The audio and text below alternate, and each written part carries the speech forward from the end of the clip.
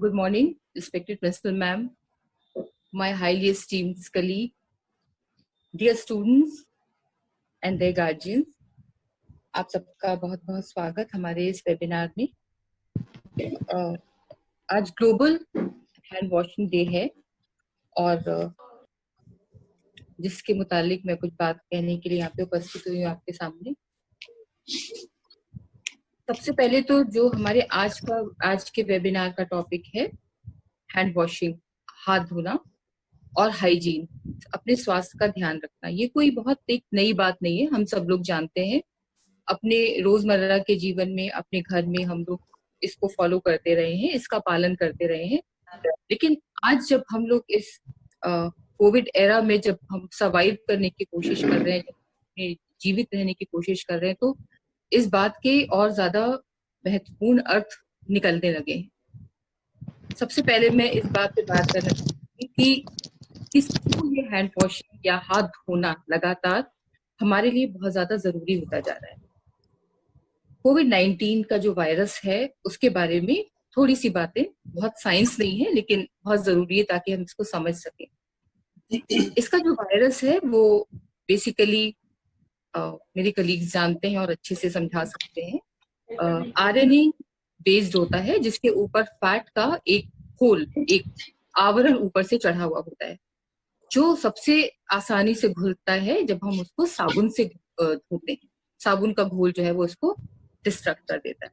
Virus basically non living things है और वो तभी बढ़ती है जब उनका इन्फेक्शन तभी फैलता है जब वो ह्यूमन सेल्स से जुड़ती, मतलब जब वो हमारे शरीर के किसी अंग विशेष के संपर्क में आती हैं तभी वो बढ़ती हैं और तभी वो जो है इन्फेक्शन फैला सकती है। इसलिए हम साबुन से हमारे उन अंगों को कांटेक्ट में आना बहुत जरूरी है जो किसी भी ऐसी सरफेस को छूते हैं जहां पे उस वायरस की प्रेजेंस की कोई भी संभावना हो।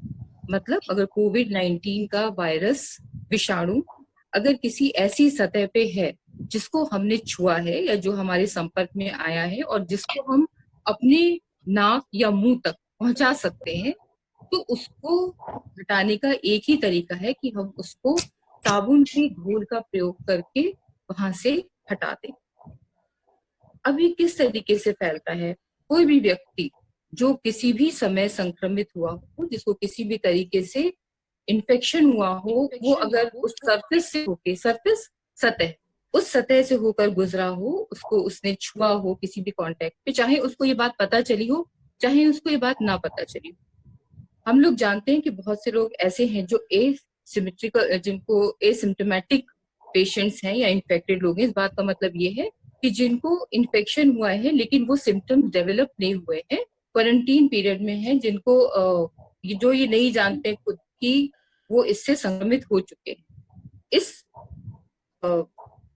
सर्कमस्टांसेस में, इन परिस्थितियों में वो अनजाने ही इस बीमारी को और ज्यादा बढ़ावा दे रहे हैं, खुद के लिए भी, दूसरों के लिए भी और दूसरों के परिवार वालों के लिए भी। इस बात का सिंपल मतलब ये है कि अगर हम किसी ऐसी जगह पे गए हैं जहां हमने लिफ्ट का दरवाजा, सीढ़ियों की रेलिंग, कोई भी दरवाजे की नॉब हमने छुई है और हमको ये लगता है कि तो ये बीमारी नहीं है, या जो भी हमारे इर्द गिर्द जो लोग हैं वो संक्रमित नहीं हो सकते, और उसके कुछ देर बाद में क्योंकि हमें ये लगता है कि हाथ तो हमारे बहुत साफ हैं, साफ दिख रहे हैं, उनमें कोई भी नजर नहीं आ रही है, लेकिन हमने अपने चेहरे के पास तक अगर उस हाथ को हम ले गए हैं, जो अमूमन हम करते हैं, तो यकीनन हमने इन्फेक्शन होने के चांसेस बहुत ज्यादा बढ़ा दिए हैं, खुद के लिए भी। और अगर हम घर में, हमारे यहाँ पे खास तौर से बुजुर्ग हैं और छोटे बच्चे हैं, तो उनके लिए तो हमने इस संक्रमण की संभावना या चांसेस कई गुना ज्यादा बढ़ा दी। इसलिए भी ये जरूरी हो जाता है कि हम लगातार, चाहे हमको ये लगता रहे कि हाथ हमारे साफ है, हमें बार बार धोने की क्या जरूरत है, हम उसको लगातार धोते रहते हैं।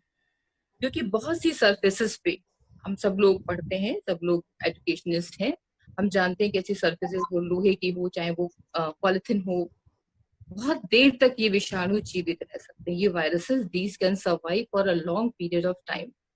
हम नहीं जानते हैं कि कौन सी सरफेस साफ है, चाहे हम उसको कितनी बार भी खुद सैनिटाइज करने की कोशिश करते रहे।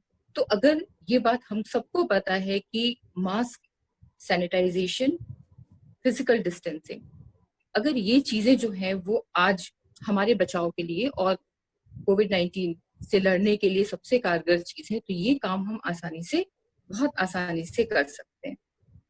हैंड वॉश और किस लिए जरूरी है? बहुत सारी ऐसी बीमारियां होती हैं आजकल हमारे लाइफस्टाइल में है कि हमको कोई ना कोई इन्फेक्शन बहुत आसानी से होता है, हम डॉक्टर के पास जाते हैं और आमतौर पे एंटीबायोटिक्स प्रिस्क्राइब की जाती हैं। फिर हम दोबारा थोड़े टाइम बाद जाते हैं क्योंकि हम देखते हैं कि वो दवाइयां जो हैं वो अब उतनी कारगर नहीं है। डॉक्टर्स जो हैं वो और पावरफुल और ज्यादा हाई पोटेंसी की मेडिसिन प्रिस्क्राइब करते हैं और थोड़े टाइम बाद हमें लगता है कि वो भी जो है वो हमें ठीक नहीं कर पा रही है। Number of infections, recurrence of infection, ये बीमारियां लगातार बढ़ती चली जाती हैं। सिंपल रीजन ये है कि अभी भी हम उसको कॉम्बैट नहीं कर पाए हैं। अभी भी हम उन बीमारियों से जो विषाणु जनित हैं, जो वायरस से प्रोड्यूस होती है, उनसे हम बचाव का, उनसे हम लड़ने का कारगर तरीका, क्योंकि वो वैक्सीन है और वैक्सीन अभी भी रिसर्च की स्टेज पे है, वो हमारी पहुंच से अभी भी थोड़ा दूर है।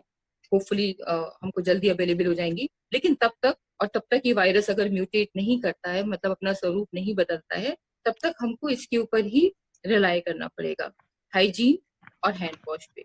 ट्रेडिशनल तरीके जो थे वो हमारे संस्कृति में, जिसको हम बहुत आसानी से आजकल भूल जाते हैं मॉडर्नाइजेशन के चक्कर में और नई चीजों के चक्कर में, ये हमारे एक परंपराओं में ही हमारे शामिल हुआ करता था कि बाहर से आके सबसे पहले हाथ पैर धोना, घरों में बाहर पहले नल हुआ करते थे, बाहर हम जूते चप्पल उतारा करते थे और उसके बाद में हम घर के अंदर जाया करते थे। तो इस तरीके की सिंपल चीजें जो थी वो काफी हद तक इस तरीके की बीमारियों से बचाव किया करती थी, जो आजकल हमारे जीवन का एक तरीका है। हम बहुत आसानी से कह देते हैं जुकाम हो गया, खांसी हो गई। बहुत कम ऐसा समय होता है जब हम लोग ये सोचते हैं कि हाँ, इस समय हमें कोई भी बीमारी नहीं है। बहुत आसान ये तरीके हैं कि अगर हम सिर्फ हाइजीन को मेंटेन रख सके तो इन बीमारियों से बहुत ज्यादा बचा जा सकता है। बहुत छोटी सी बात है, अभी हम लोग एक वेबिनार अटेंड कर रहे थे, उसमें एक डॉक्टर थी जिन्होंने काफी सारे आंकड़े भी दिए दुनिया भर के कि बहुत सारे ऐसे कॉम्प्लिकेशंस थे हेल्थ रिलेटेड, जिनके जब डेटा इकट्ठे किए गए तो फाइनली ये पता चला कि जो कंसर्न डॉक्टर्स हैं उनके वार्ड में मरीजों की संख्या इसलिए बढ़ती थी क्योंकि वो हर मरीज को देखने के बाद हाथ नहीं धोते।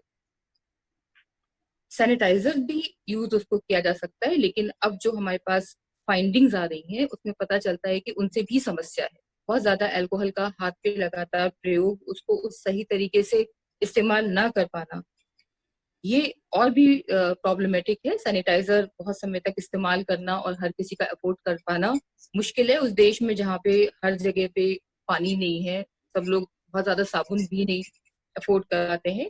लेकिन फिर भी जहां तक संभव है हम लोग ये कोशिश कर सकते हैं कि हाथ जो है वो लगातार उसको धोते चले। तो जो मैं बात कह रही थी कि अगर हॉस्पिटल्स में हम किसी मरीज को देखने जाते हैं या खाना खाने जाते हैं बाहर, तो कितने है होटल्स हैं, कितने रेस्टोरेंट हैं जहाँ पे ये व्यवस्था होती है, या हम में से कितने लोग हैं जो खाना खाने से पहले हाथ धोने के लिए जाते हैं? नहीं। तो जितने भी इन्फेक्शन हम अपने साथ में कैरी करते हुए ले जा रहे हैं, उन चीजों को हम बहुत आसानी से अपने शरीर में खाना खाने से पहले पहुंचा रहे हैं। बाद में चाहे हम हाथ इसलिए धोएं क्योंकि खाना खाने के दौरान हमारे हाथ गंदे हो गए। तो ये जो चीजें, ये जो इन्फेक्शंस आते हैं वो ज्यादातर हमारे लाइफस्टाइल, हमारे बिहेवियर पैटर्न की वजह से आते हैं, और अगर हम उसमें जरा सा चेंज कर सकते हैं तो हम उनसे खुद ही बहुत आसानी से कर सकते हैं। इसको हम लो प्रायोरिटी पे ना रखें, हाथ धोने में थोड़ा सा यकीन रखें। इसीलिए खास तौर से एक दिन हम लोग इसको डेडिकेट करते हैं ताकि एक बार दोबारा सही तरीके से हाथ धोना, इसको हम आप लोगों तक पहुंचा सकें। आप लोग, आपके student, I would request to kindly mute your mic. जी, वीडियो ऑन रखें, माइक कृपया बंद कर दें, मुझे भी पता चलेगा आप लोग सुन रहे हैं।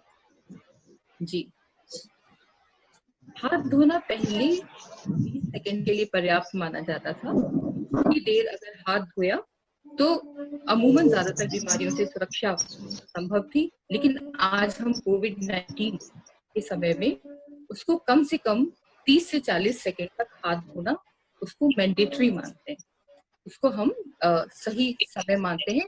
और सबसे जरूरी ये है कि हाथ धोने का भी एक तरीका है। जिस तरीके से आमतौर से हाथ पे साबुन या हैंड वॉश डाला, दोनों हाथों हथेलियों को रगड़ा और नल के नीचे रख के धो के हमने सोचा इतनी हो गई, the task is completed. Then the hands are not properly washed.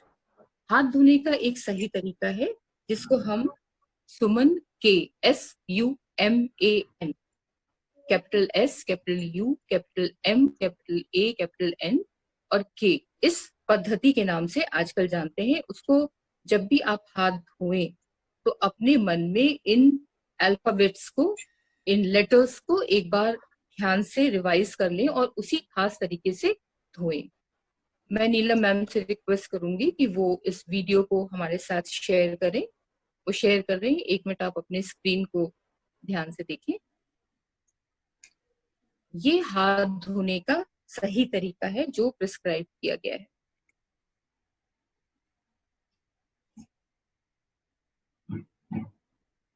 Ji, 20 second कम से कम, लेकिन अगर आप 40 सेकेंड तक उस प्रोसेस को कर सकें तो वो आपकी सेहत और हाइजीन के लिए बेटर है।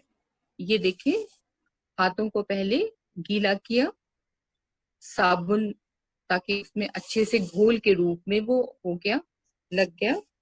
उसके बाद में ये अलग अलग अल्फाबेट्स हैं। S, ये देखिए सुमन के आपको स्क्रीन पे दिखाई पड़ेगा जिसकी मैं बात कर रही थी। आसान है। S माने पहले हथेलियों को सीधे तरीके से आप रगड़ेंगे। U, उल्टा, अपनी हथेलियों को उल्टा करके जो बैक साइड है हाथ की उसको आपने साबुन से अच्छे से रब किया, रगड़ा। हाथों को मुट्ठी की तरह भींच के उसको साफ करेंगे। ए, अंगूठे पे खास तौर से ध्यान, उसको साफ करना। नाखून एंड नेल्स, नाखून को अच्छे से नाखून के अंदर के नीचे कलाई तक आएंगे प्लीज। कलाई को अच्छे से साबुन से रब करेंगे ताकि साफ हो जाए। तो इस तरीके से ये अल्फाबेट जो है वो SUMAN, ये तरीका जो है वो हाथ धोते समय याद रखें। अगर आप एक एक स्टेप को अच्छे से कैरी आउट कर रहे हैं तो वो आपका 20 सेकंड से अधिक वक्त लेगा। कम से कम 40 सेकंड तक आप कोशिश करें इस प्रोसेस को। तो जब भी आपने मास्क लगाया है, मास्क लगाने से पहले अगर आपने ये किया है, किसी के भी आप संपर्क में आए हैं, कहीं भी आप बाहर गए हैं, फिजिकल डिस्टेंसिंग मेंटेन रखते हुए भी, तो भी आप जब भी हाथ धो रहे हैं, जब भी आपको लग रहा है कि आप अपने चेहरे की तरफ अपना हाथ ले जाना चाह रहे हैं, छूना चाह रहे हैं, तो अगर आपने उससे पहले इन स्टेप्स को अगर फॉलो किया है तो यकीनन आप जो है वो इस वायरस की पहुंच से दूर रहेंगे। And prevention is always better than cure, and since we don't have any cure as such, we have to rely on this means of hand wash. अगर बचाव जो है वो किसी भी से ज्यादा अच्छा है, क्योंकि हमारे पास अभी भी इसका कोई सॉल्यूशन नहीं है, तो हम इसके सिवा हमारे पास कोई उपाय नहीं है कि हम बहुत अच्छे तरीके से अपने हाथ को धोने की कला जाने, प्रैक्टिस जाने और उसको अपनी जिंदगी में फॉलो करें। और जितना ज्यादा से ज्यादा हो सके हम अवेयरनेस फैलाने की कोशिश करें, क्योंकि हमारे वेबिनार का पर्पस यहाँ पे टू स्प्रेड अवेयरनेस है। हम ये जानकारी जितनी दूर तक ज्यादा से ज्यादा लोगों तक पहुंचा सकते हैं, उतना ही यकीनन हम उतनी ही जिंदगियां बचा सकते हैं। अब मैं हमारी प्रिंसिपल रिस्पेक्टेड डॉक्टर नीलम दास मैम को इनवाइट करूंगी कि वो